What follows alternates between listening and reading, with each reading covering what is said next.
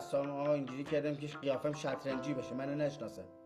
عزیزم شما دستتو بنداز، ما خودمون شطرنجی میکنیم. اجازه بده یه خورده شطرنجی باشه. نمیخواد آقا، دستتو بنداز، ما خودمون تو تدوین شطرنجی میکنیم.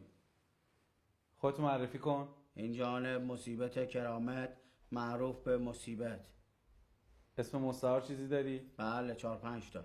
4-5 تا؟ بله. بگو ببینم. خانومم صدا میکنه عزیزم، بچه ها صدا میکنن بابا، هم صدا میگن خرس گنده. دیگه همین.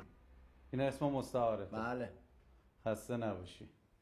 شما جناب آقای مصیبت کرامت متهم هستید که 52 نفر رو تو یه تصادف کشتی. قبول داری اتهامتو؟ بله آقا. خب همین بله. شما 52 نفر رو کشتی، به همین راحتی میگی بله؟ دست من نبود آقا. شما جامن بودی چی کار میکردی آقا؟ ماشین سنگین، پرگاز داریم میام سرشیبی، ترمز بریده، صدا ضبطم زیاد، من چی باید کنم؟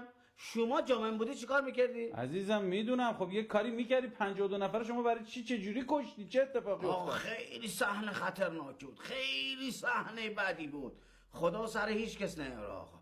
آقا ما می آمدیم جاده سرازیر، ماشین سنگین، آقا یک ما پا رو ترمزیم، ترمز نی. دیدیم آقا این ور 50 نفر داره میره، این ور 2 نفر داره میره. شما جامن بودی چی کار میکردی؟ خب هیچی دیگه، من میرفتم سمت اون 2 نفر که تلفات کمتر باشه. بله آقا ما هم همین کارو کردیم آقا. فرمون گرفتیم رفتیم سراغ این 2 نفر این ور جاده. خب نرسیده به اینا آقا، اینا کار خراب کردن، اینا دویدن تو این 50 نفر.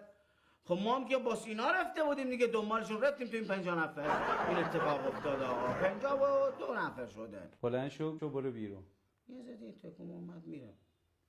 بلند شو برو بیرون.